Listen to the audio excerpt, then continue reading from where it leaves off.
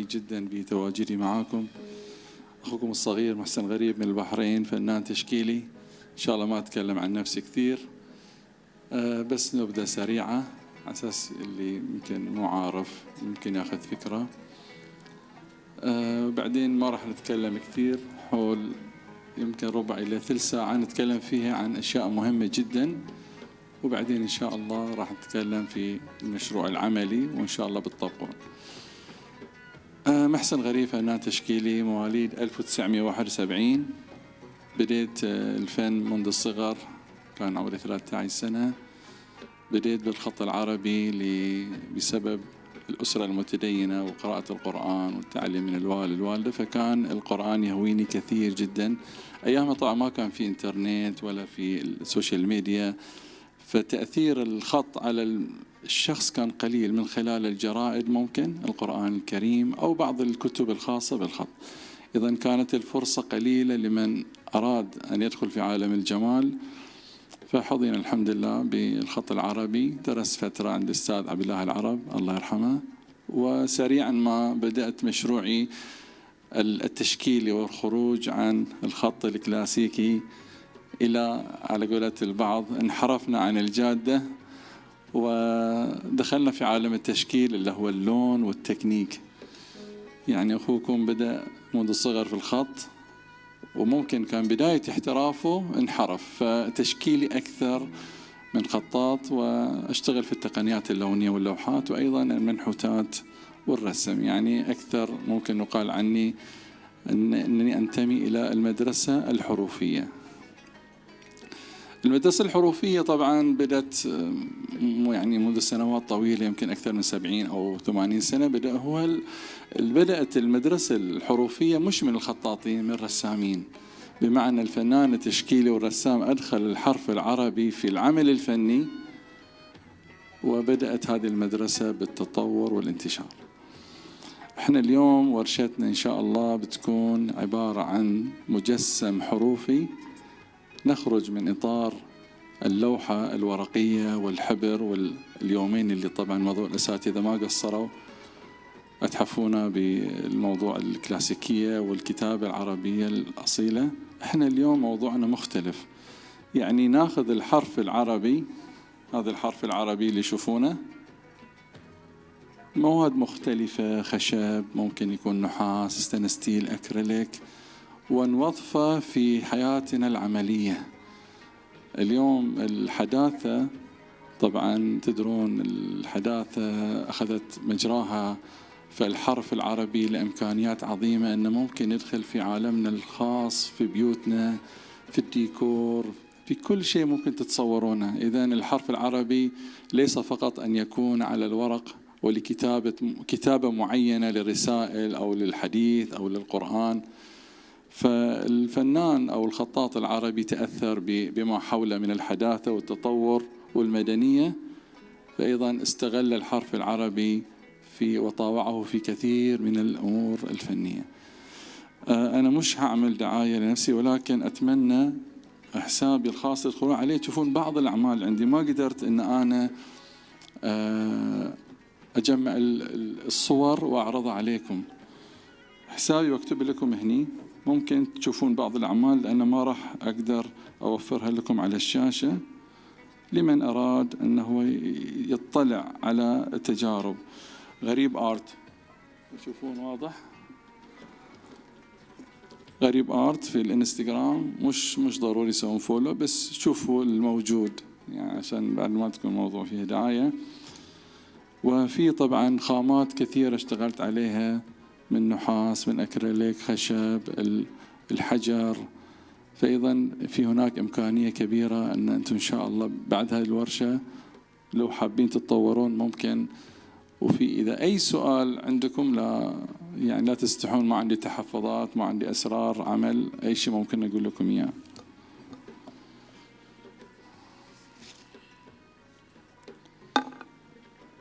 النقطة الثانية نتكلم عن الخامات اللي احنا نستخدمها. الخامات اللي نستخدمها احنا، ممكن تعرفون أي خامة هذه؟ تشوفون الشاشة أحسن. يمكن خامة أكريليك، واضح؟ هذه أي خامة؟ خشب. ممكن تعرفون أي خشب طبيعي أو شنو بالضبط؟ MDF. طبعا تعرفون الخشب الطبيعي ما تجيب شكل شيته، تجيب شكل مربعات. هذه مهم جدا، الكلام اللي أقوله مهم، تقدرون تدونونها ما يمنع. الخشب اللي بيشتغل خشب طبيعي يجي مربعات، سواء أوك أو تيك أو مرنتي أو وولنت، أي خشب من الأخشاب. إذا حاب واحد يعملها مسطحة عشان يقدر يقصها بالليزر، لازم ياخذ مربعة ويشرحها عند النجار ويعمل لها جوينت، لأن الخشب الطبيعي ما تجي بقطع شيت.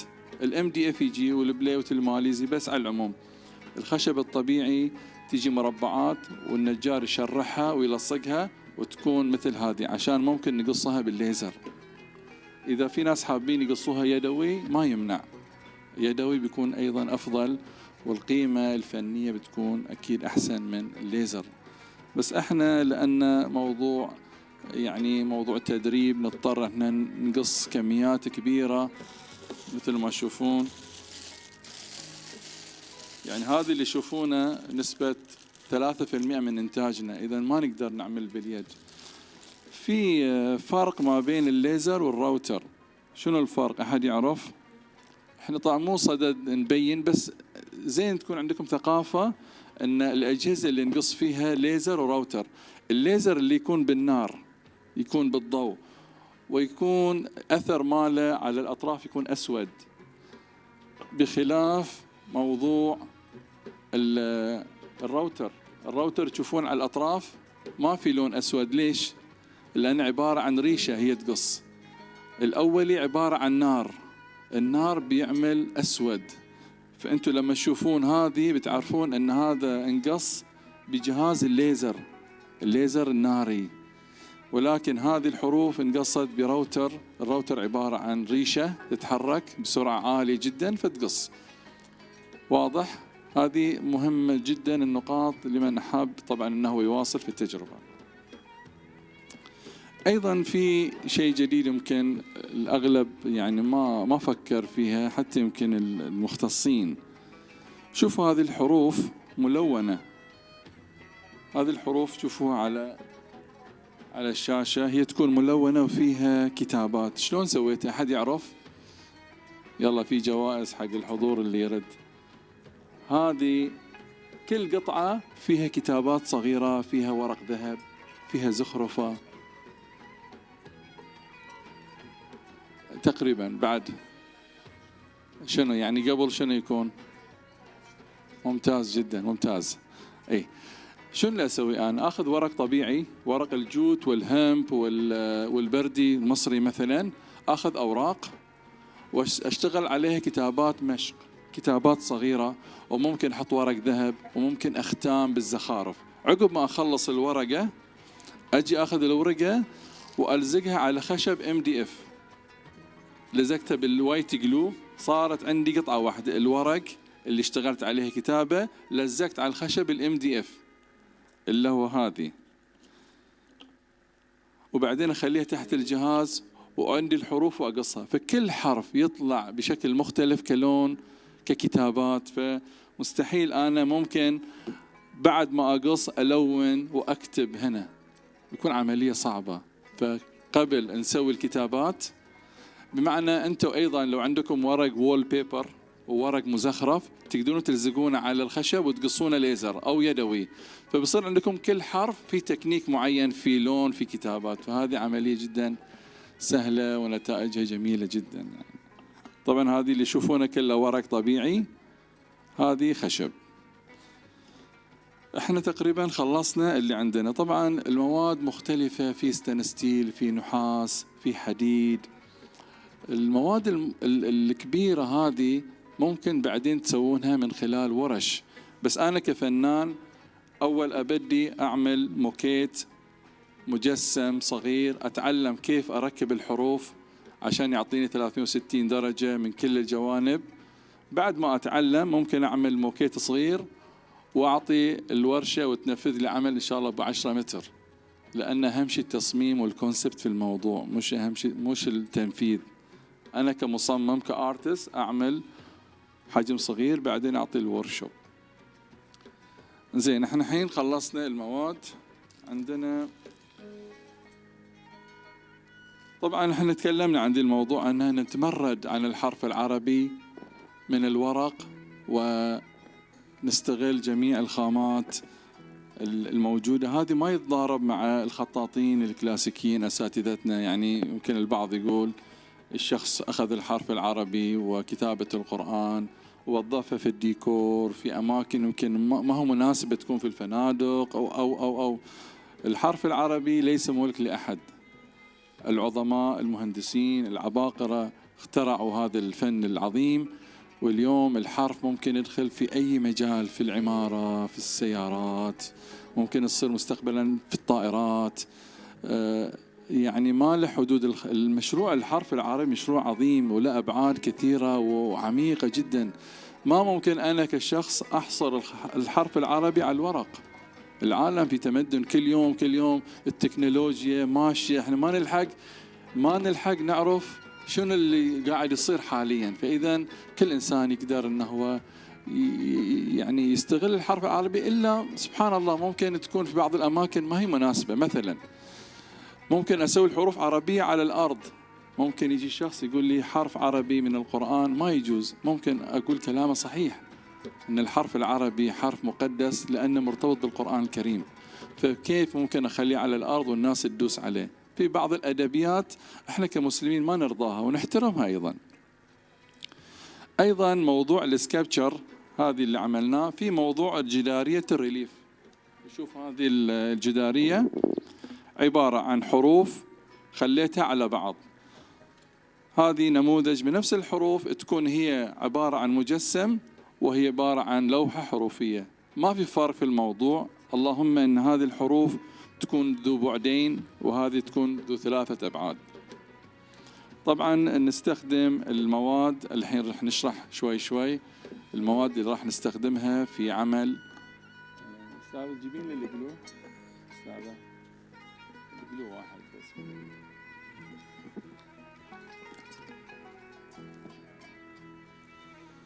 نمتوا والله تعبتوا من الكلام؟ اللي تعب يرفع ايده. أكيد. أنا من النوع اللي ما أحب أتكلم، بس الكلام ما يصير نشتغل بدون ما أقول ذي الأمور المهمة، فلا تستعجلون على الرزق، راح يجيكم الرزق بتشتغلون.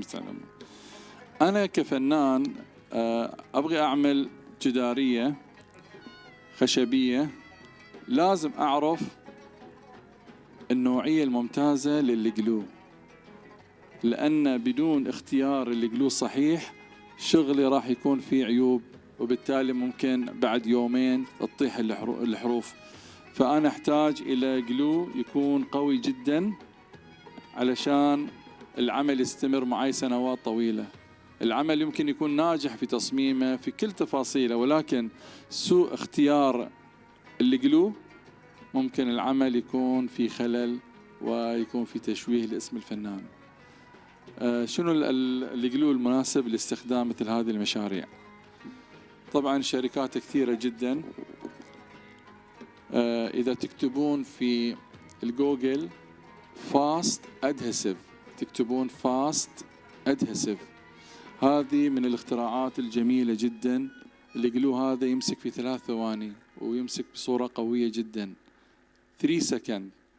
عبارة عن ليكويد وعبارة عن سبراي، مثل الرزن والهاردنر. فكرة الرزن السائل مع الهاردنر، فكرة الصبغ البينت مع التنر يجفف الصبغ في لحظات.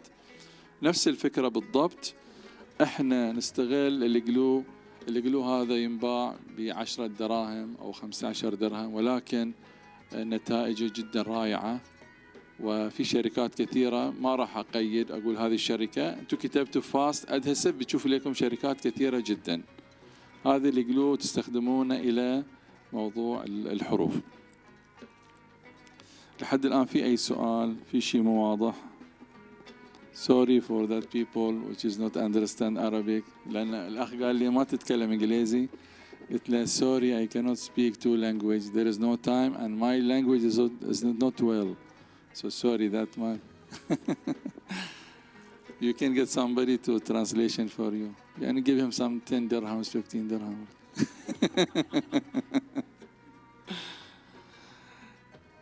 في أي سؤال؟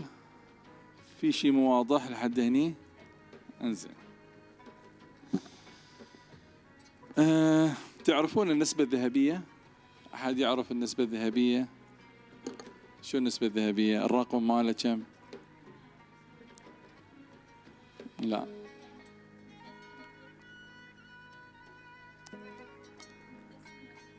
على 3. أي تقريبا. النسبة الذهبية استخدموها طبعا العباقرة حتى في الخط العربي، في أيضا في نسبة ذهبية، النقاط 6 في الإنسان أيضا. فالعلماء اكتشفوا أن في رقم مشترك في كل المخلوقات اللي الله خلق لنا سبحانه وتعالى، في الورود، في الفواكه، في جسم الإنسان. فإحنا كصناع الجمال لازم نراعي ونتبع موضوع النسبة الذهبية. حق شو نستخدم؟ أنا عندي سكابتشر مجسم، أنا كنحات لما أي أعمل سكابتشر القاعدة جزء كبير من العمل لا يتجزأ. إذا ما عرفت أختار النسبة الصحيحة القاعدة من العمل وأخطأت بيكون في هناك تشويه بصري. يعني العمل مثلا نقول 20 سنتي، ممكن نخلي القاعدة 10، لأن رقم النسبة الذهبية 1.61830 مرة كم وايد. احنا ما لنا شغل بالأرقام الدقيقة، بس 1.6180 هذه لو أقسم على العدد بيعطيني نسبة ذهبية. فأنا كفنان لازم تكون عندي نسبة ذهبية. أيضا ممكن تستخدم في اللوحة. عندي هذه اللوحة الحين، كيف أستخدم النسبة الذهبية في العمل؟ بيأخذوا منها الثلث، يعني العمل هذه نقسمه إلى 3. فدائما لما تشوفون أحد يرسم البحر ويرسم البر ما يرسم الخط في النص أو الثلث التحتي أو الثلث الفوقي، لأن النص معادلة ومو كثير مريح. لما يكون الثلث يكون أجمل. تلاحظون أنتم بالنص المركزية في العمل ابتعد عنه. إذا النسبة الذهبية في العمل الفني مهم جدا أن الإنسان يراعي موضوع النسبة الذهبية. فإحنا نستخدم النسبة الذهبية في العمل بحيث أن أنا عندي عمل ما أحتاج أسأل أي نحات عندي العمل 50 كم ممكن أعمل القاعدة. أنا أعرف خلاص عندي نسبة ذهبية أسوي العدد الثلث، أو بالعكس أن القاعدة تكون 20 والعمل يكون 10. يعني مو شرط القاعدة تكون هي الثلث، ممكن القاعدة تكون 30 والعمل الرئيسي يكون ثلث فوق. نشوف احنا بعض النصف في بعض الدول شخصيات مثلا زغلول مثلا، أو روح مصر أو روح أي مكان، نشوف شخصية العمل عبارة عن ثلث العمل والقاعدة 30، فهو مو قاعدة هذه. طبعا استخدمنا البلاستيك في السكابتشر مالنا. أنا ما أحب الحاجز اللي يعني ياخذ البصر. يعني عندي العمل هذه أجمل من هذه لأن أشوفها عن قرب، أشوف الماتيريال. بس احنا نضطر نسوي الماتيريال ليش؟ حفاظا على العمل. فاحنا سوينا الأكريليك هذه حفاظا على العمل من الأوساخ، من التكسر، من الأتربة، فيكون شكله كذي. يمكن البعض يحبه كذي أكثر، ولكن في الأعمال الفنية ما بيعملوا الحواجز، يكون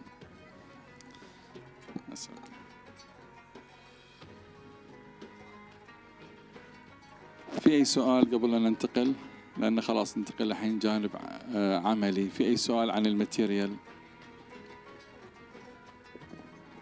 واضح؟ أخاف أنه ما يكون في وقت، بس بعطيكم فكرة سريعة أن الأكريليك كيف ممكن نحني الأكريليك. يعني الحروف اللي عندي هني حروف مش ملتوية، حروف مثل ما هي مقصوصة. لو حبيت أعمل حروف في كيرفات يعني يكون، كيف ممكن أعمل الحرارة؟ المسدس اللي شفتونه من ساعة. طبعا المسدس مسدس حراري يتضبط الحرارة زيادة نقصان. ممكن هذه الحرارة اخليها على زاويه من المكان اللي ابغى اسوي فيه حنيه، لان هو اوريدي اكريليك يتاثر بالحراره، بعد فتره ممكن يصير كيرف عندي، ممكن من الصوبين يصير اسرع.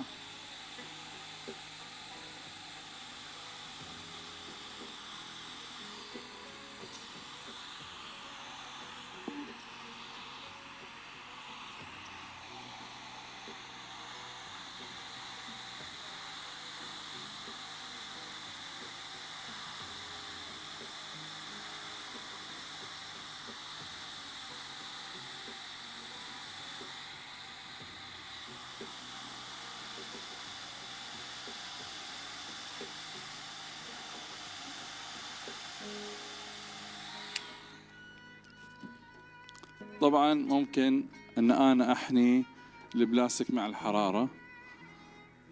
طبعا مش شرط انه يكون الخط العربي، ممكن واحد يسوي فراشات طيور ويقصصها ويعمل فيها كيرف، بدل ما يكون الحرف جامد ممكن يعمل فيه كيرف. الافضل من هذا المسدس الميكروويف او الفرن الكهربائي، مش الميكروويف، الفرن اللي فيه اللي هو لا ايش اسمه شلون، ايوه اللي فيه اسلاك. هذه تاخذون بقيمه رخيصه يعني مال 100 درهم، فرن كهربائي تشغلونه تحطون فيه دقيقه واحده، القطعه تصير نفس القماش، تلعبون فيها مثل الحين. هذه فقط الجزئيه اللي حطيت فيه الحراره ينحني، وبعدين خلاص من يجف يثبت. الفرن الكهربائي لما تخلون القطعه داخل اقل من دقيقه بتشوفونها مثل الخرجه صايره، مثل القماش، تتحكمون فيها وتداخلات الحروف. فهذه فقط فكره عامه لموضوع الاكريليك، واذا حابين تعملون فيه كيربات. اشرحها هنا.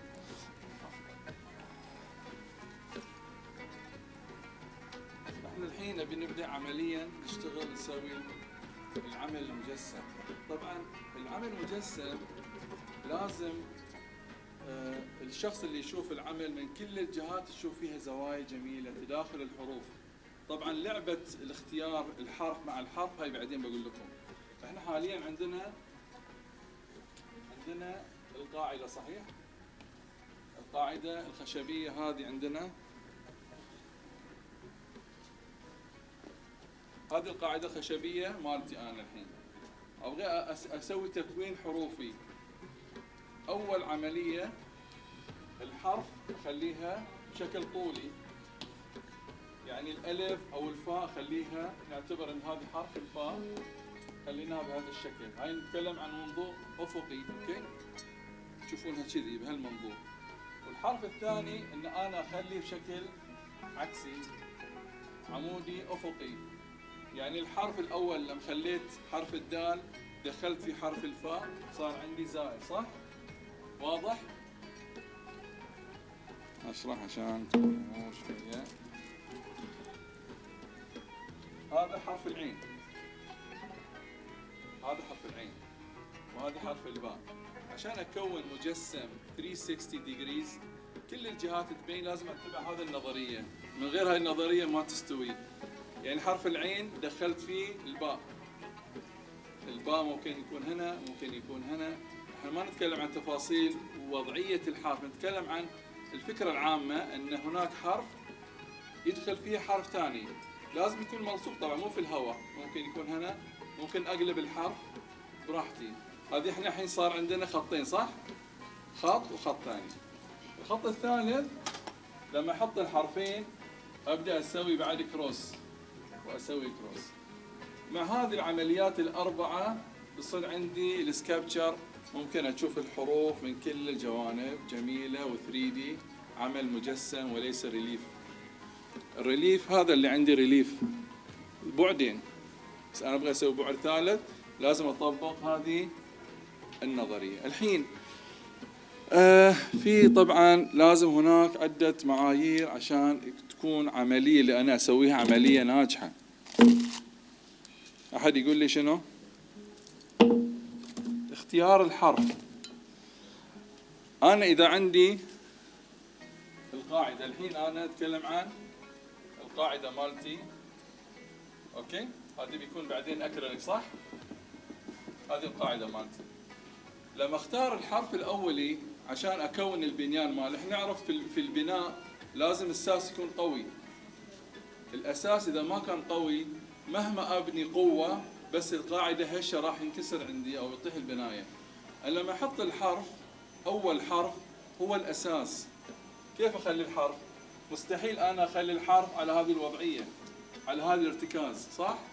لازم أبحث عن ثقل الحرف. الحرف عندي ثقل فيه، ممكن يكون هنا، يمكن هنا، يمكن هنا. اللي يكون نسبته متينة وثك ممكن يتحمل الوزن، فأنا بخلي الدال مثلا بهالطريقة أو بهالطريقة. العملية الثانية نفس الشيء، ما ممكن أنا أرتكز الحرف ثقله على نقطة، بينكسر عندي. فلازم بداية الحرفين أبحث عن مصادر القوة في الحرف وثقل الحرف، أبدع عليه. إذن لو أنا تعلمت التقنية بس مو قاعد أطبق صح، خلاف كلام المدرب إن أنا أي مكان يعجبني بحط مثلا كذي، هل بيمسك كذي؟ ما بيمسك، لأن أصلا لو كان حديد ولحام ممكن، بس أنا قاعد أتعامل مع قلوب، يعني ممكن أي ضربة ينكسر. أيضا احنا نتبع الجانب الجمالي بس ما نهمش ولا نترك الجانب الوظيفي، لأن أنا عندي مهم جدا أنه يكون عندي العمل قوي متراص وفي ديمومية تم معي 20-30 سنة. مش أعمل عمل ناجح وأعطي ناس بعد يومين يتصلون فيني فلان شغلك كله طاح، فهذا يعتبر خلل في المنتج. وأنا أحاول قدر الإمكان المنتج مالي يكون ناجح. زين، الحين أنا ببدأ العمل ماري تراوالي. لو تجون هني بيكون أفضل لي من الشرح عن طريق، إيش رأيكم؟ الرجال هنا والنساء هنا، أنا أشوفها كذي أفضل، أقدر أوصل المعلومة بصورة سريعة.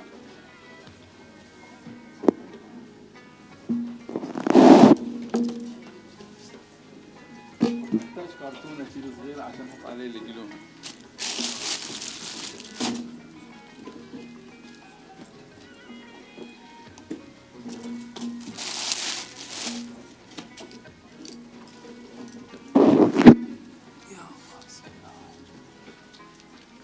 مستمتعين أول شيء؟ أكيد ما تمللتوا؟ زين. أستاذ أعطيني بعد القاعدة الله يخليك عمو. وبعد هذه اللي نستخدمها. طبعا الجلو التعامل معاه بحذر، لأن الجلو حساس جدا، هو خفيف ومفيد وعملي، ولكن سوء استخدامه راح يخرب لي الشغل. يعني أقل زيادة في الجلو مع السبراي بيترك أثر أبيض بيخرب شغله يعني، ولازم يكون جدا الموضوع دقيق. في اللي بيشتغلون معانا ما يستعجلون، نبي النتائج تكون جدا جميلة.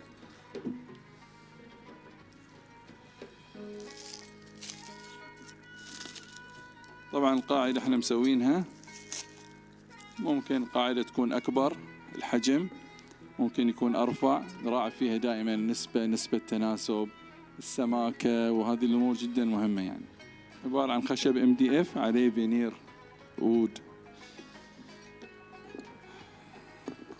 زين، أنا عندي القاعدة الحين وعندي الحروف.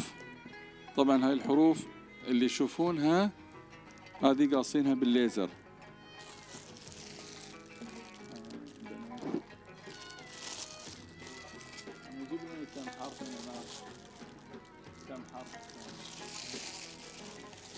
تلاحظون احنا قلنا اذا قصيناه بالليزر بيكون في سواد، صح؟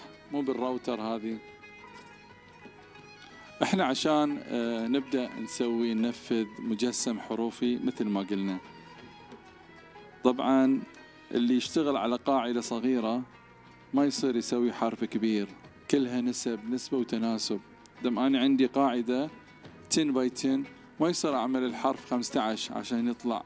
القاعدة لازم تكون مناسبة مع الحروف، لأنه هو عمارة، هندسة، بنيان، كلها مرتبطة ببعض. القاعدة مرتبطة بالحرف، السماكة ما تكون سميكة يصير بالكي، الأمور الفنية الدقيقة ذي هي اللي تنجح العمل. يعني أنتم إن شاء الله تعلمتوا طريقة العمل تراعون فيها موضوع النسبة، الذوق وايد مهم.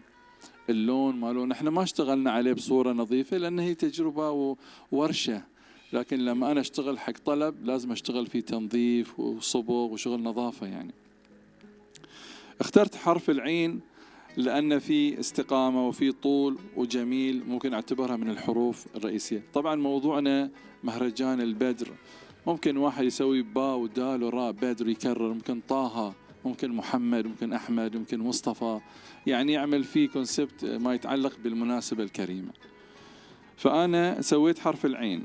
مهم أن الفنان يكون عنده ثقافة وكلتشر الحروف العربية شلون تكون. يعني حرف العين بالأصل الحرف هذا الشكل، هاي الثقل ماله هني، واحد يسوي كذي ما عندي مشكلة في العمل الفني. احنا مو ملزمين نخلي الحروف كما هي في السطر وفي الخط العربي، لا، أنا ألعب فيها، ممكن أقلب، ممكن أعمل أي حركة. عندي الشكل النهائي يكون موزون، موضوع الكتلة مع الفراغ يكون متناسب جدا، موضوع الكتلة مع الفراغ. فأنا بستخدم حرف العين بصورته الطبيعية. الجلو هذه مثل ما قلت لكم قوي جدا، ما يحتاج ان انا اخليه هني، ممكن اخليه على كرتونة بسيطة واخذ عود دقيق جدا، لان نسبة بسيطة من الجلو راح يكفيني الغرض، ما يحتاج ان انا اخلي جلو كثير وايد. فانا احدد المكان اللي ابغيه، سواء الكروس او سيدة ما عندي مشكلة، اخذ شوية جلو واحطه في المكان اللي بيصير فيه ارتكاز وبيكون مع القاعدة. واضح؟ مجرد ان انا اخذ السبراي، لازم تكون الاي ثابتة. اذا الاي تحركت، لانه هو في 3 ثواني يجف، معناته فترة الجفاف اذا انا احرك معناته ما يثبت، لازم تكون ايد ثابتة جدا. الحرف مسك، بس ربما داخل للحين ما جاء، فما اقدر اعتمد عليه. بس لو انا قلبته شوفوا الحين ما يطيح، انه ما مسك.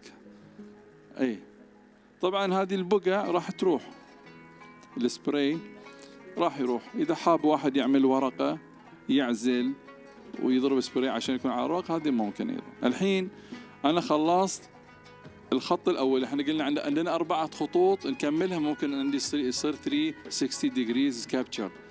فعندي الحين حرف الثاني،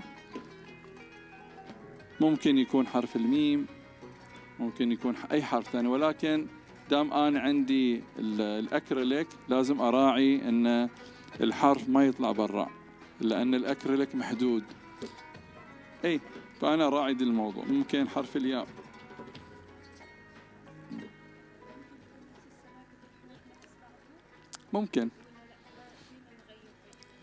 ممكن الحروف مثلا هذا 6 ملي، ممكن بعض الحروف تاخذ فيها 3 ملي مثل هذه.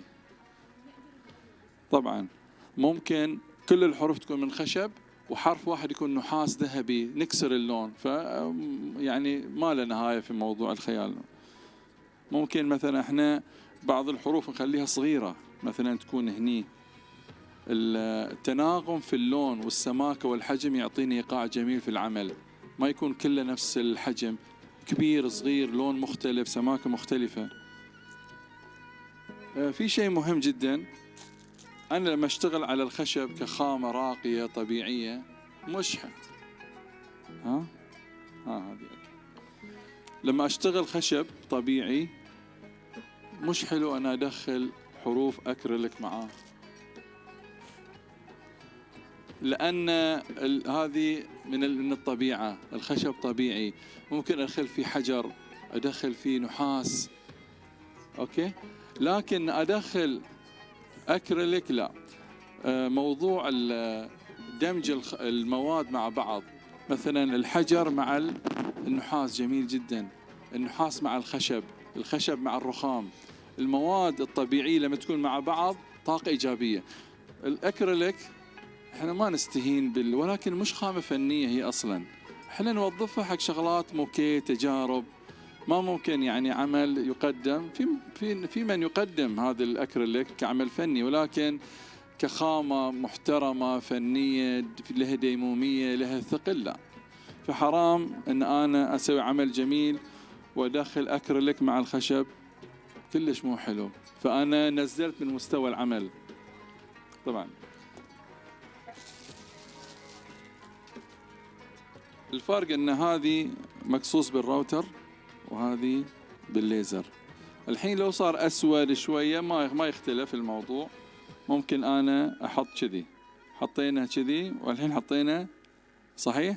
ليش؟ عشان لما نفر احنا السكابتشر القاعده كل الجوانب لها زوايا، فاحنا ما نقدر نحط كلهم بنفس الطريقه هذه ونحط هني، عشان بعدين يصير عندي بعد واحد بعدين، هذا الطرف وهذا الطرف ما راح اشوف فيه شيء، اشوف فقط من هاي الزاويه وهاي الزاويه. لكن لما انا عندي احط بهذا الشكل الخط الاولي واكسره بالخط الثاني، معناته قاعد اشكل القاعده الصحيحه لعمل السكابتشر.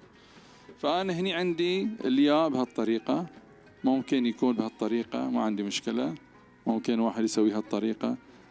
الديجريز طريقه هذه ما عندي، بس اهم شيء يكون متراصي وقوي جدا. فممكن انا اخليها بهالطريقه بحيث ان هنا الزق هني والزق فوق، يصير عندي مكانين افضل من مكان واحد. واضح؟ طبعا تراعون في موضوع الاكريليك اللي بيجي، يعني لا احد ياخذ الحماس يقعد يسوي ويكمل بعدين ما نقدر نحط الاكريليك. يعني لا تطلعون عن الحد، كل حرف تحطونه لازم يكون واضح. عشان شي لازم تحطونه شوي يقولون لانه يجف. حط بس شويه. You understand Indian people? No, Urdu. Understand now?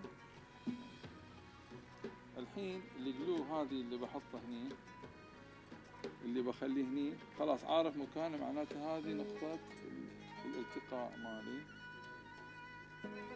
هذه نقطة الالتقاء. احط شوية يعني نسبة قليلة جدا. طبعا دام انا ما ضربت هذه ما يجفوا بسهولة.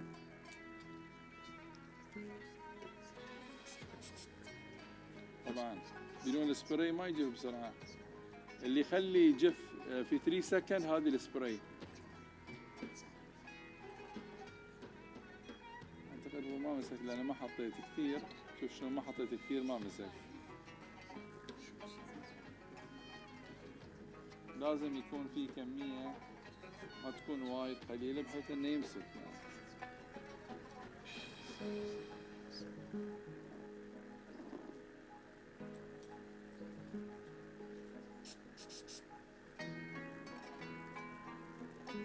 شنو علامة اللي يمسك يطلع بخار كذي؟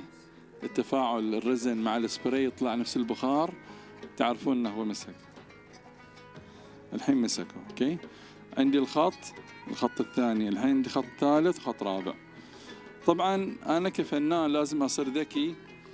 العمل يحتاج الى طول، الى شاهق، مش يكون مكبوت الحروف تكون. فلازم انا اختار، تعطيني حروف لا كذي شيء طويل.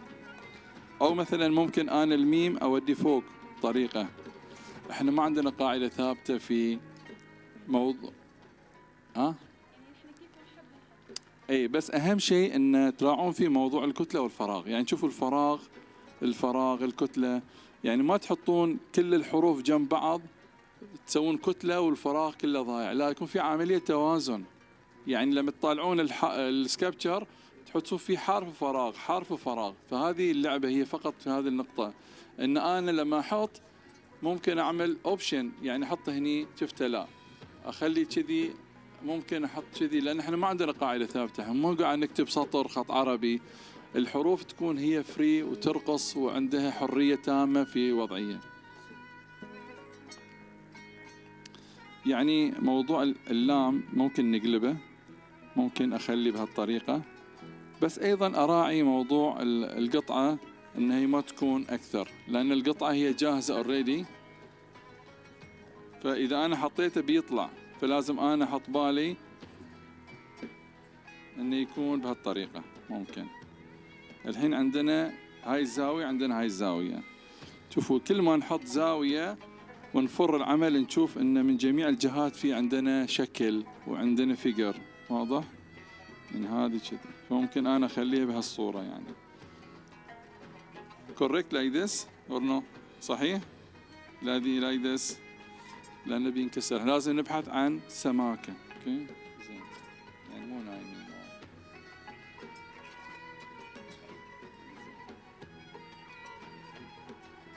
إذا حطيناه هنا زين بس بيكون أرفع من الأكريليك، فإذا أنا أحاول أعمل إيجاد بهالطريقة. ممكن تكون بهالطريقة. هنا ممكن يصير جلو وهنا ممكن يصير جلو.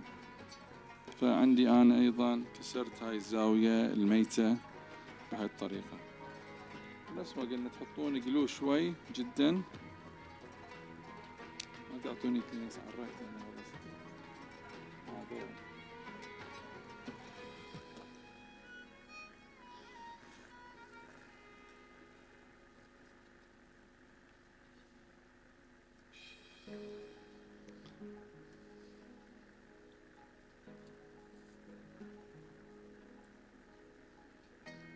قليل جدا، ما نحط وايد.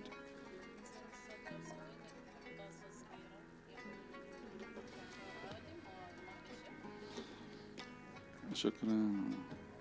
هو لأن الجلو على الكرتون يشرب، لو كان على أكريليك وعلى نايلون بيمسك أكثر، يعني ما بيجف. واضح؟ لو على شيء PVC ما يجف لأنه ما يشرب. احنا قاعد نحط على كرتون بسرعة يشرب، مادة هي تشرب الكرتون، مفترض ما نخلي. عندنا هني فممكن عقب نلصقه بطريقة هذه إذا حبينا يكون هني أيضا، بس حاليا هو قوي حاليا. الحين احنا خلصنا هذا الخط، والخط الثاني عندنا خط هني الحين.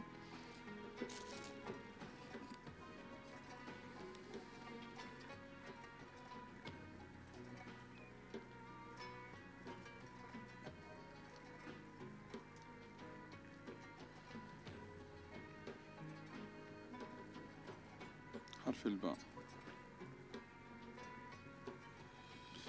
ممكن في ناس يخلوه هني، ممكن يخلوه هني، بس أنا أشوف الزاوية المريحة وأخليها. ممكن نفس الحروف نعمل فيها 7 أشكال موزعة، يعني كل شخص يحط بطريقته الخاصة. أنا عندي النتيجة هي المهمة، ما في معايير معينة ثوابت إنه لازم يكون كذي.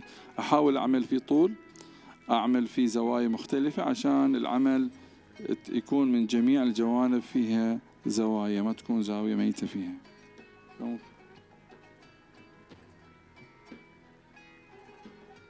حلو التداخل لما أنا أحط حرف يتداخل داخل الياء، وهني يكون أجمل الموضوع أن أنا أخلي حرف كذي. التداخلات هذه تعطي جمالية للعمل. فأنا عندي هني الثقل وعندي هني، وممكن أخلي هني كفاية.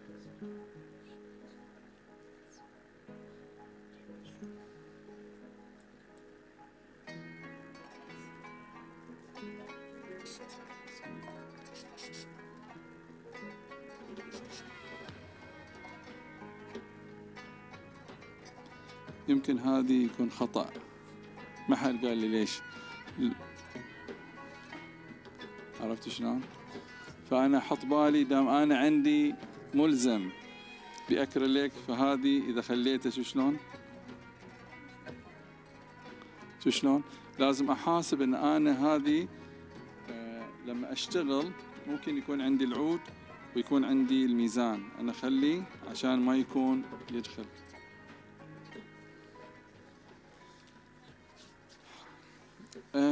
الحل أن أنا ما أسوي حروف كبيرة، لأن الحروف هذه بالنسبة للقاعدة تعتبر حروف كبيرة. ممكن أصغر حروف شوية. لا ما خرب، كل شيء له علاج، كل شيء له علاج. بدون أضرار. طبعا هو دام ما جف، ممكن أنا بسرعة أشيله، ولكن احتمال أنه هو جف ينكسر معاي، وما عندي مادة ثانية أضربها بحيث أنه ممكن يفتش. زين، ممكن يكسر. أنا ما أبي أزعلكم، بصلحه أنا بروحي عشان لا تزعلون. بس هو لما انا اشتغل احاول دائما يكون عندي سكيل، ان عندي الخشب بحيث انه ما يتجاوز. واضح؟ ممكن حرف اصغر، ممكن هذه لو احنا شوي ميلناها ما بتكون في مشكله. هو طلعناها كذي، لازم يكون بسم الله.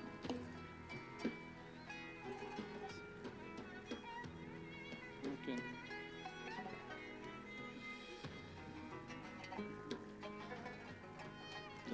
للحين خارج.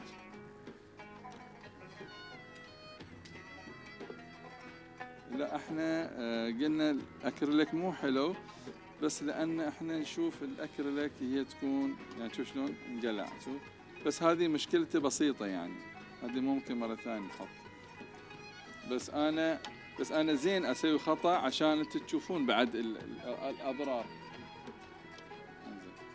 هذه ممكن ان احنا مره ثانيه نحطها، بيكون ما عندي مشكله فيها مره ثانيه ممكن. بس انا كل ما ارتفع اطلع احاول اختار حروف صغيره تكون ما تكون كبيره كثير.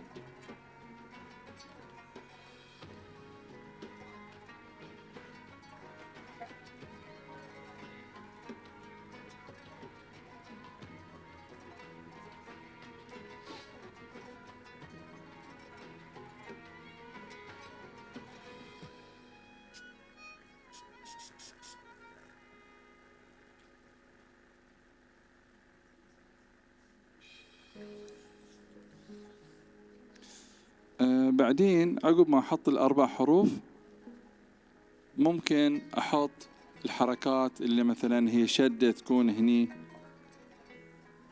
شوفوها شلون. ممكن احط شده هني. طبعا ما بندخل الحروف الثانيه، نتكلم هنا عن حرف الثلث فقط. ممكن لو حبيت اضيف الضمه هني، لو حبيت زيادات شويه ممكن تحت. بس انا عندي اهم شيء محاور العمل ان انا اعمل فيه 4 خطوط متداخله. هذه ممكن مثلا حابين نسوي الشده،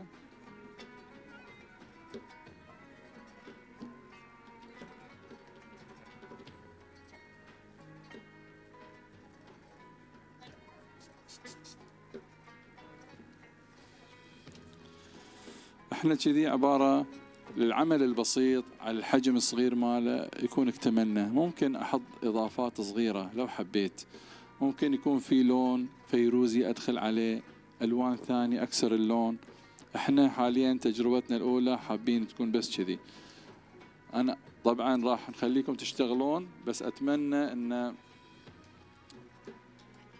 يمكن هذا ما يصير بعالجه انا، لانه هو في النهايه كلهم نفس الشيء، لأن في شيء طلع برا. اللام صار فوق، زين عشان انتم حتعلمون الخطأ. أنا قاعد زين أسوي خطأ عشان تشوفون ما يطلع برا ولا يروح فوق. يعني لازم يكون عندكم سكيلينج ماله، إنه يكون كذي لما أخلي واضح إنه فوق. الحين راح تقعدون راح نشوف آلية العملية نعطيكم تنفذون. طبعا أكون صريح معاكم، الأعمال عشان نكون كلير، أنا كنت ما بقول لكم بس لازم أقول لكم الحين. الأعمال فكرتها أن نسوي أعمال جميلة جدا ونخلصها ونخلي البوكس. حتى التاج أنا جايب اللي هو إهداء، نعم إهداء من مهرجان البدر، راح نعطي إدارة المهرجان هم يعطوها للضيوف. الفكرة إحنا ممكن نصنع دروعنا بنفسنا بدل ما نجيب دروع من هنا وهناك، ولا تشكل هويتنا العربية والإسلامية وثقافتنا الخاصة بنا. احنا ممكن نسوي الدروع بنفسنا. فهاي الفكرة كانت ان احنا نعمل الدروع في الورشة ونقدمها لإدارة المهرجان عشان يقدمونها. ممكن السنوات الثانية ايضا يتبعون هذا المنهج، يعملوا فيه تكوين ناس تستفيد. العمل راح يبقى عن الناس ويتذكروننا، واحنا ايضا نعتز بهذا الشيء. واضح؟ فأنتوا راح تشتغلون بصورة نظافة جدا. نحاول ما يكون في قلو متسرب، لأن اللي بيحصل بيشوف في خلل بيتضايق. وأنا حطيت جائزتين حلوين حق أفضل عملين كتشجيع. عملين من مخطوطاتي مطلب ذهب عيار 18، وعندي شوية استانسلات بعطي البقية اللي أشوف أعمالهم زينة. الحين تتفضلون نشوف آلية التوزيع اللي سجلوا من الرئيسيين تفضلون.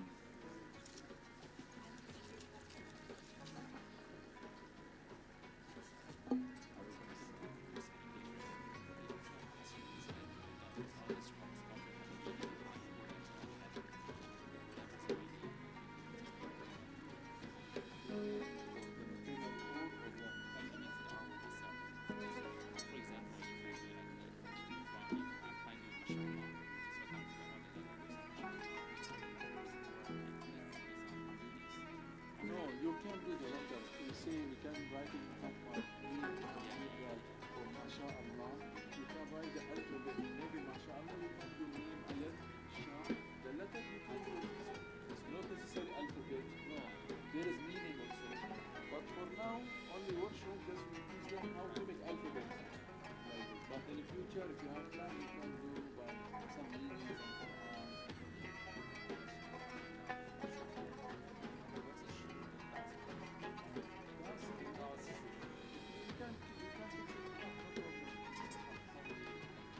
For example, there is two jobs, no?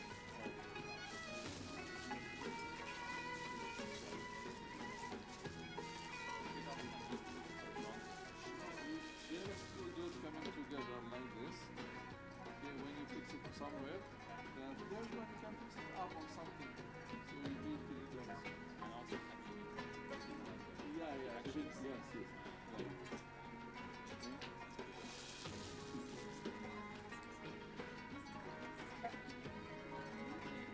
No, this one I am making.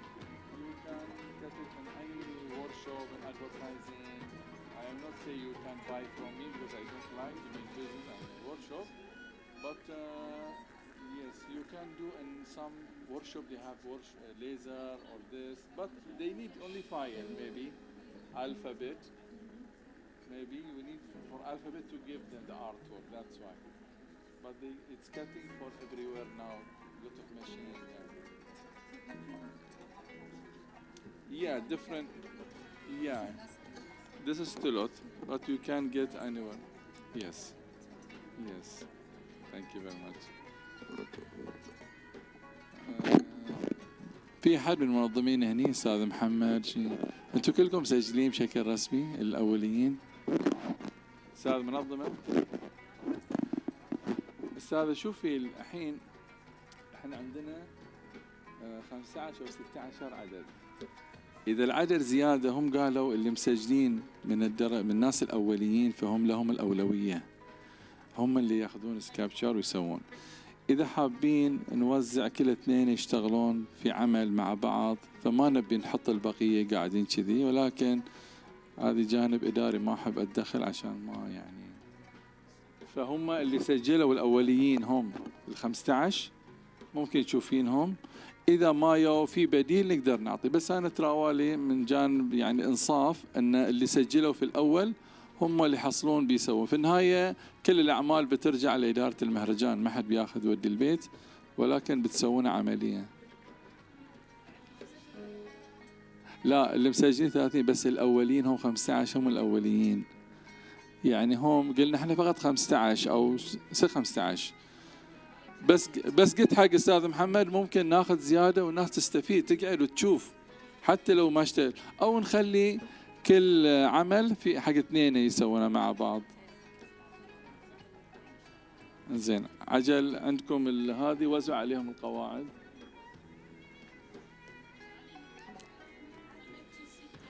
أستاذ محمد خلاص كل اثنين مع بعض في النهاية الأعمال بترجع لنا يعني كل قاعدة حق اثنين، وبعدين في حروف هناك موجودة. طبعا مو كل شخص يلايم الحروف كلها ما يخلي حق الطرف الثاني، تحتاجون 4 حروف تختارونها.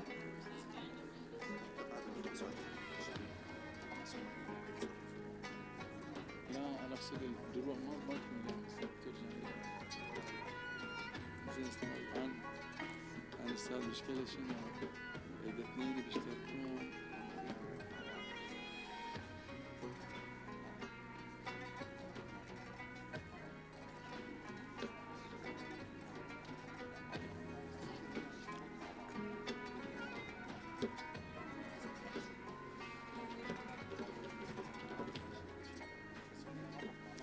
زين انا عندي فكره استاذ، لما يخلصون كامل ما نقول لهم ذي الموضوع الحين عشان لا يحطوا في بالهم، لما نكمل نحط القواعد نحط بعدين نفكر قرعه او شيء، او ايش رايكم؟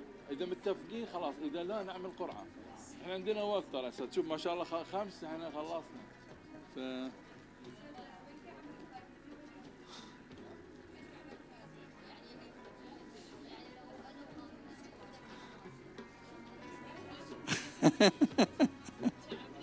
لحظة صار الخلاف قبل أن نبدأ الشغل، نحكم العقل. تقصدين يعني أنتم ثنتينكم الحين اشتغلتوا، من ياخذ العمل؟ قرعة. يا في شخص بيضحي بيقول وخيركم هذه اللي يضحي للطرف الآخر، العطاء، صاحبة العطاء. هديتين بس. فالحين الإدارة أقول لهم أستاذ محمد الموضوع ده أنا كنت مقترح عليهم أن الأعمال ما تصير للمتدربات أو متدربين، الأعمال ترجع للإدارة، وسويت بعد التاج إهداء عشان هم يعطون لضيوفهم، هم كرماء يعني صراحة. قال الحين الأعمال هم يأخذونها، يعني الأعمال بتصير لكم بس ما نبي هواش وشرطة بليز. أوكي كل 2 يشتغلون في عمل، اللي يبغي ياخذ، إذا ما صار إحنا كإدارة نسوي قرعة ورقة نوزع على 2 الفائز وهارلك. ما في هدية الحين، دام الأعمال لكم ما في هدية. الهدية كانت حق أفضل عملين لأن الأعمال بتصير لنا، كان شيء من الحافز يعني. هدية ما في، إن شاء الله يوم القيامة الهدية الجنة والفردوس الأعلى مع النبي. بس أنا راح أصير كريم بعد، بوزع عليكم أرقام، راح يصير قرعة على الهديتين. أوكي عشان لا أحد يزعل. هي مخطوطة مطلية عيار 18 ذهب، مخطوطة أنا مسويها، توكلتوا على الله وما شاء الله. فمن شغلي الخاص بسوي لكم إن شاء الله قرعة.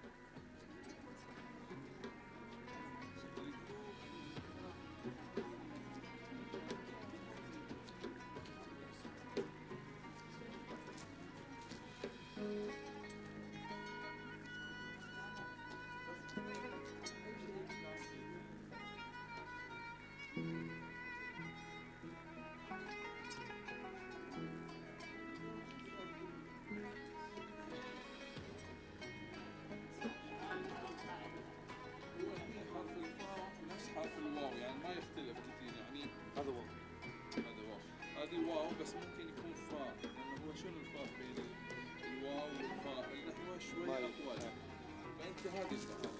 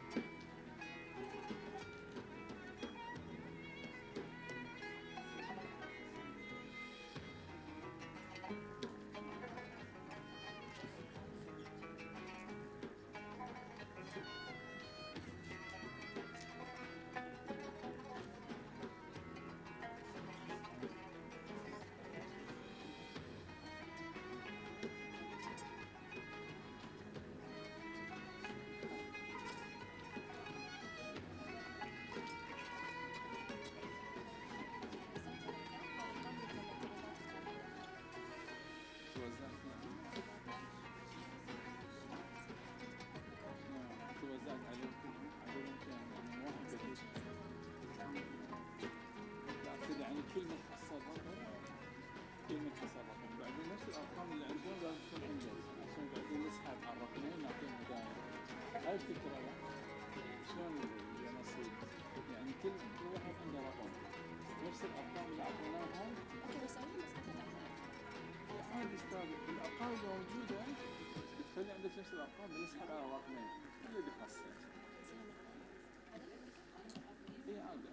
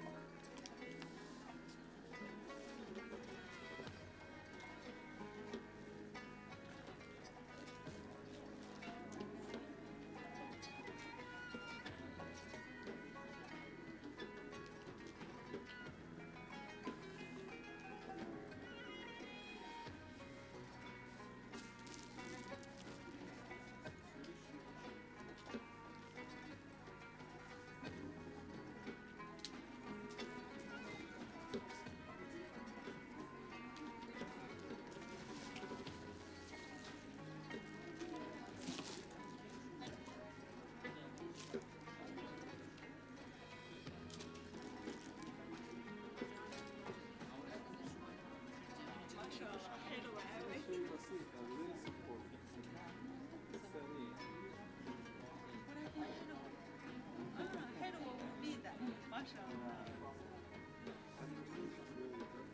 هي عادي يخدم واللي تستخدم أكثر بعدين نرجع لهم الزاد نسترجعه. أستاذ هذه خط أنا مسوي ستانس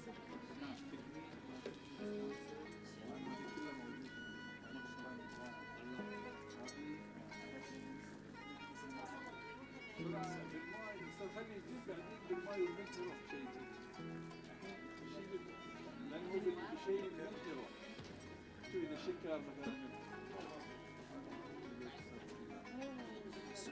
هذا 10 أستاذ ديزاين ما شاء الله 5 حروف 5 أعياد. أوكي بسم الله يا سبحان الله الله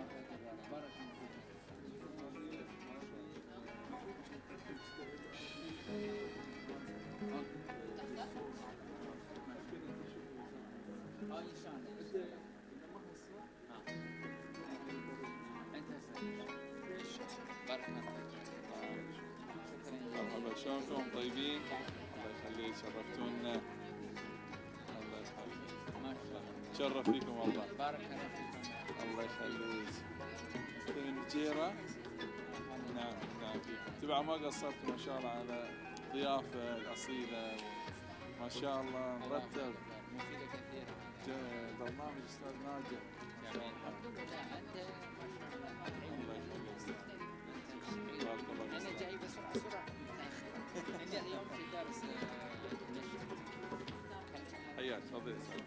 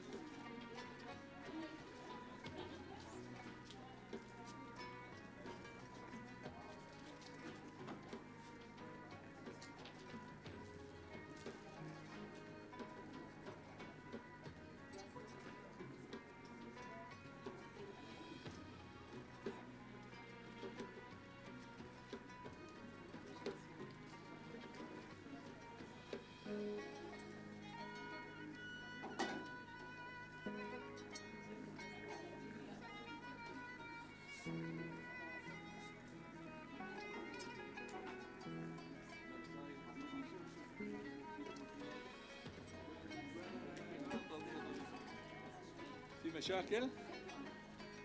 نتصل بالشرطة؟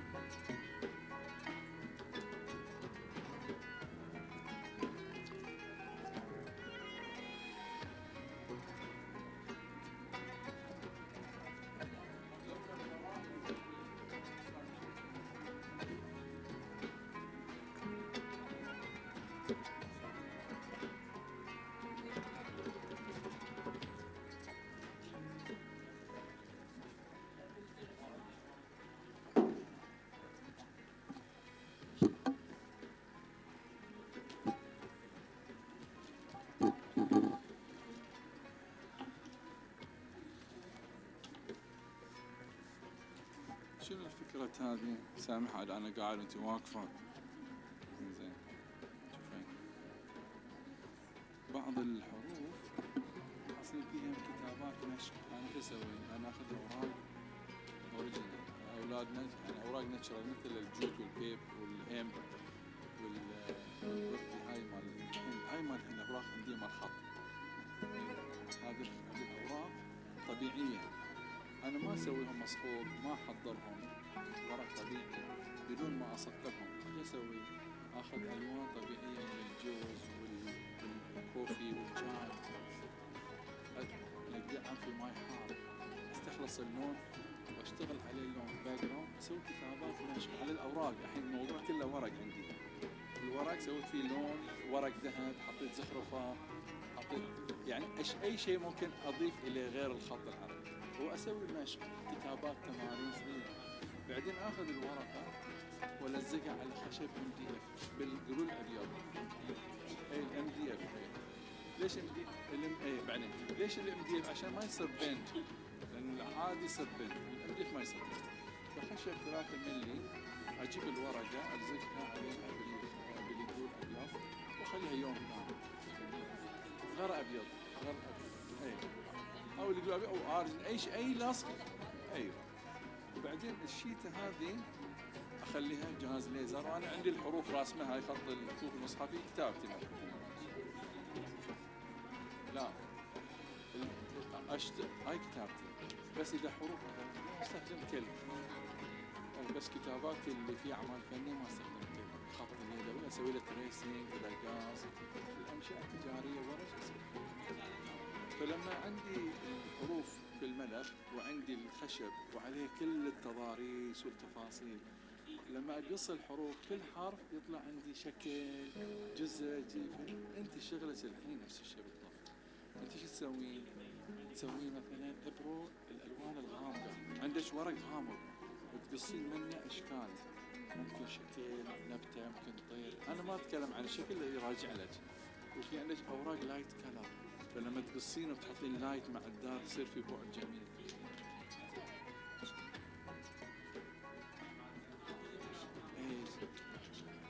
نعم.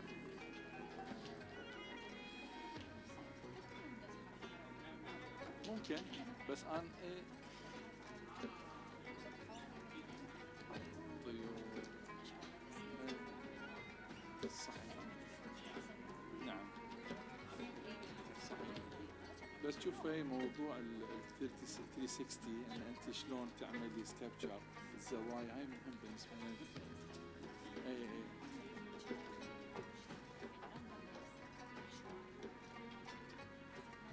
هو ما في شيء عشوائي في الدين، بس في شيء اسمه نظام، بس انه في تمرد. مثلا انا قلت لك نعمل 4 خطوط، حرف، حرفين، 3، 4، عشان نضمن ان احنا عندنا دائريه من كل زاويه في حرف. هذه وايد، هاي وايد مهم. يصير عندك خلصتوا؟ ما شاء الله عليكم زين. بعدين نطلع العيوب نطلع ذي بس حلو زين ممتاز. بس ما لزقت لا راح نجمعهم كلهم وبعدين نحط الجلو ونحط نشوف ان شاء الله. بس جميل. كنتوا تتخيلوا انه سهل بهالطريقه؟ يعني قبل لو كنتوا شايفين العمل بس مع معرفة الأسباب والنظرية دي تصير عملية سهلة. أي طبعا طبعا طبعا هو كمبدئيا سووا ممكن يبدعون بطريقة أفضل أو بس هذا محدود. ممكن يصير أكبر ممكن على شكل طير على شكل احنا نعلمهم بس مبادئ شيء أبجدي.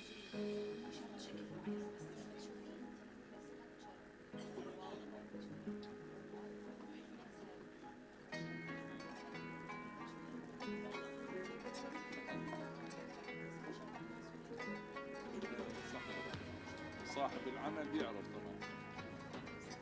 زين شوف الامتحان الناس ايه لازم تفتح الامتحان مين شوي صح؟ انت اهم شيء تضمنين العمل ما ينتهي بعد فتره لان هذه يصير عيب خلل فني في المنتج. اهم شيء لما تخلصين تاكدين انه اذا في ممكن تحطين قلوب إذا عندك مشكلة إن في شيء عندك شيء ممكن تحطين نقطة هني تغطين التشوه دي اللي صار. ليش نقول النقط والشدات آخر شيء؟ ليش؟ مكان العيوب مكان اللي ممكن أغطي جميل جدا.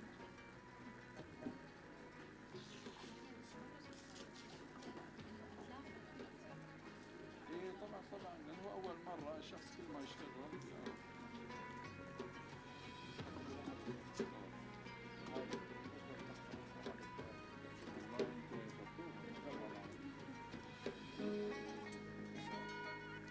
تنحى 4 و3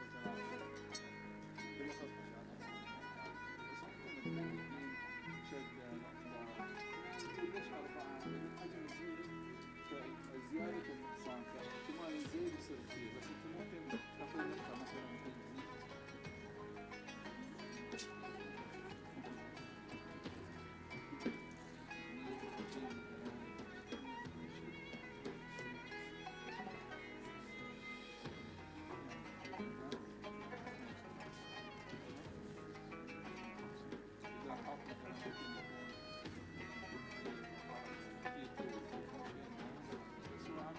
زين يعني كتجربة كتنفيذ الشروط ممكن بس أهم شيء إنه يكون الأكل لقمة زاحمة. خلوا عندكم بعدين بالنار عشان ننزل إن شاء الله. Good. But you need more I think. You need something. Maybe fish. Goat something like Fish. this. But this is simple also. This is also nice. And this one you can keep this will be nice. You can remove it. See here.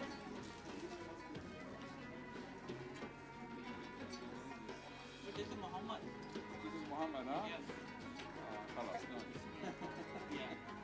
Muhammad and okay. I couldn't find Swaz on the one I'm gonna put. But you can keep Shadda Muhammad because you have Muhammad Shadda. Okay. So mean Muhammad. Yes. So you can use this one. I think it will be nice. Thank you you. can use dark. Maybe because all your letter this, so dark will be better.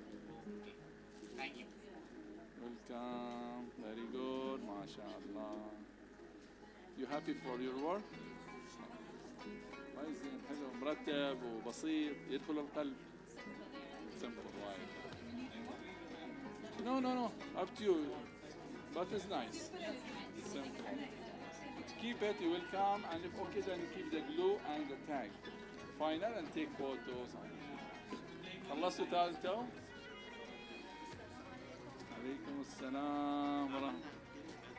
ما شاء الله جميل جدا جميل. صار عندكم ضربة هني من أول كان؟ والله بس حلو جميل. عندكم مشكلة بسيطة إن أخذتوا فيه لاين واحد. العين والطاء والنقطتين كلها في نفس شوف شلون، شوفوا هني ما في كثير يعني. شوفوا احنا هني نحاول ان كل زاويه لما اصورها يصير في كتله وفراغ. هنا اللي صار عندكم لاين واحد هني بس زين جميل مريح ومرتب. هي خلاص ظابطتي ما في اغيرها. ما شاء الله very nice little more letters but it's nice I like it. China made in China ما شاء الله. It's fixed okay sure I think no some problem. Maybe a little bigger maybe from us not from you.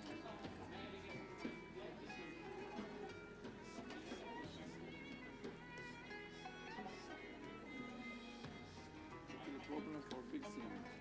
Maybe you can keep glue here. من أول ما يشيكي أنت ما تشيكي side going or no؟ أول مرة؟ 第一次，你是第一次做这个。 كان يدخل؟ أول مرة。 That is nice, good. Very nice. But here see problem there. ما شاء الله这个。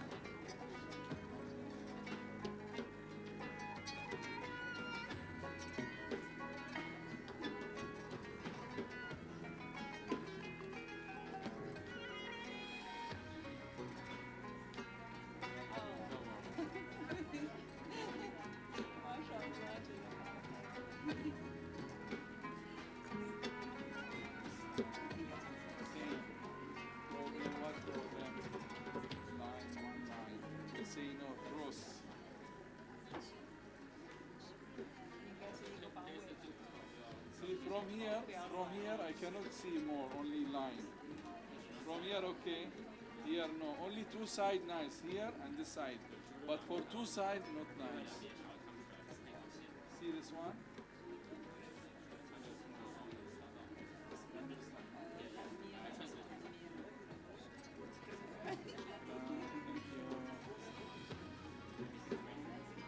MashaAllah. You're nice also. You are something different. It's okay. No, it's okay. Looking nice, that's fine. But the space is important. Not all, you know. The space is very good. Space, you have to keep the space between any letters. Same this one, see? Yeah. We have space here. There's space. See? 啊。 Space. Space is good. It's good. But this one, but it's nice. For FaceTime, it's okay. Yeah. But it's nice. I like it. 他只是说太迷了，是不是？这是我的。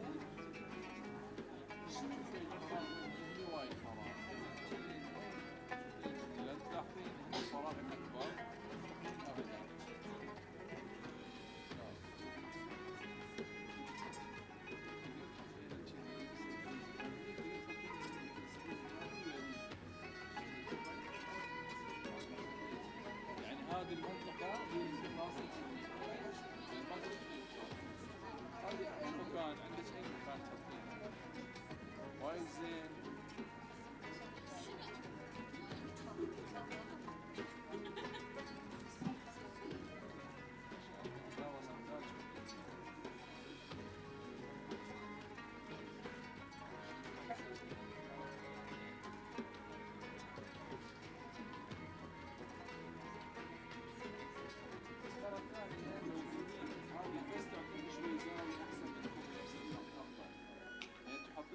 الباء والميم في نفس الخط.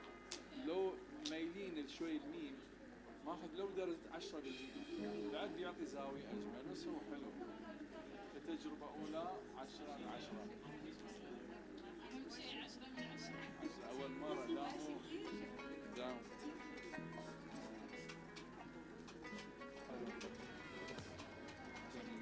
طبعا النظافة في العمل مرحبا السلام عليكم مساء الخير. النظافة في العمل نعطيه 30%. يعني الشغل مرتب على حسب اللي سويته بس فيه شوية وسط هذه أكثر خصوصا إذا بيكون جيم بالطرف بس عمل ناجح ممتاز. شلون بتوزعون قرعه؟ من اللي بياخذ العمل؟ كيفكم؟ الاقوى ياخذ، بس اذا قوتين متضادتين لازم قرعه تسوون.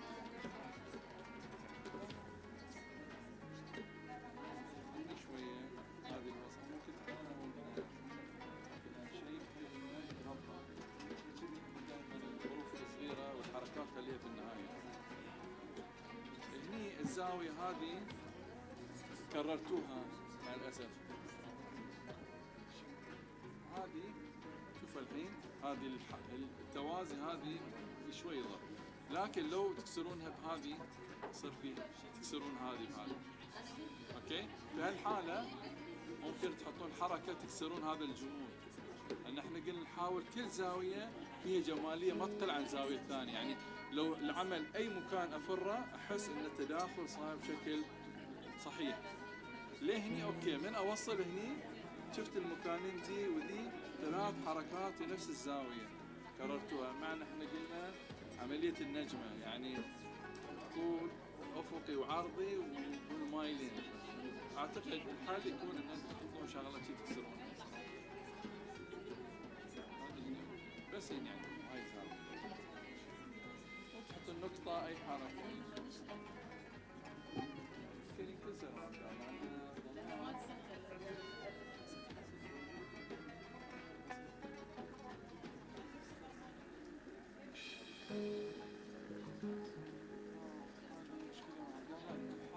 يعني لو كان هاي الحرف ممكن يكسرها.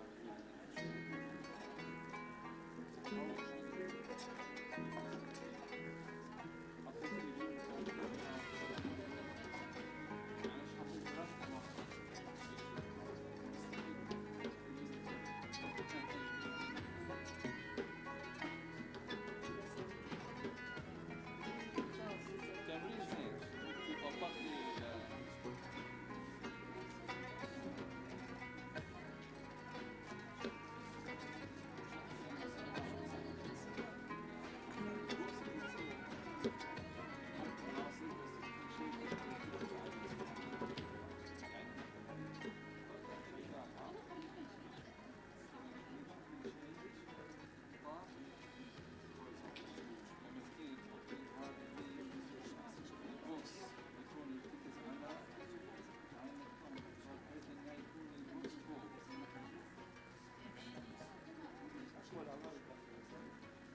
فإذا أنت حابة يكون كذي فراغ، إيه كذي يكون داخل شوي، تلزقين نقطتين بس يكون في السنتر يعني بالضبط عشان يغطي.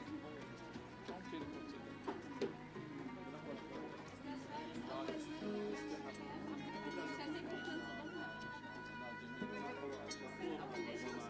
هو من أول ما جيت كل يوم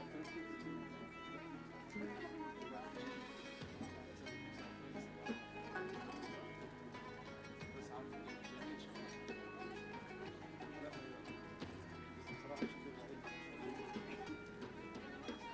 بس هذا في هاي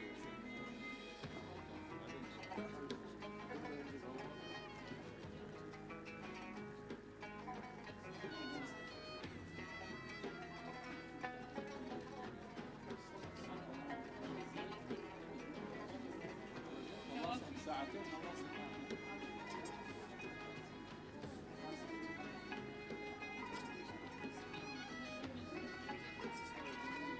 حركات الكلام الباء والباء والنون لا جميل. العمل كلش ضعيف ممكن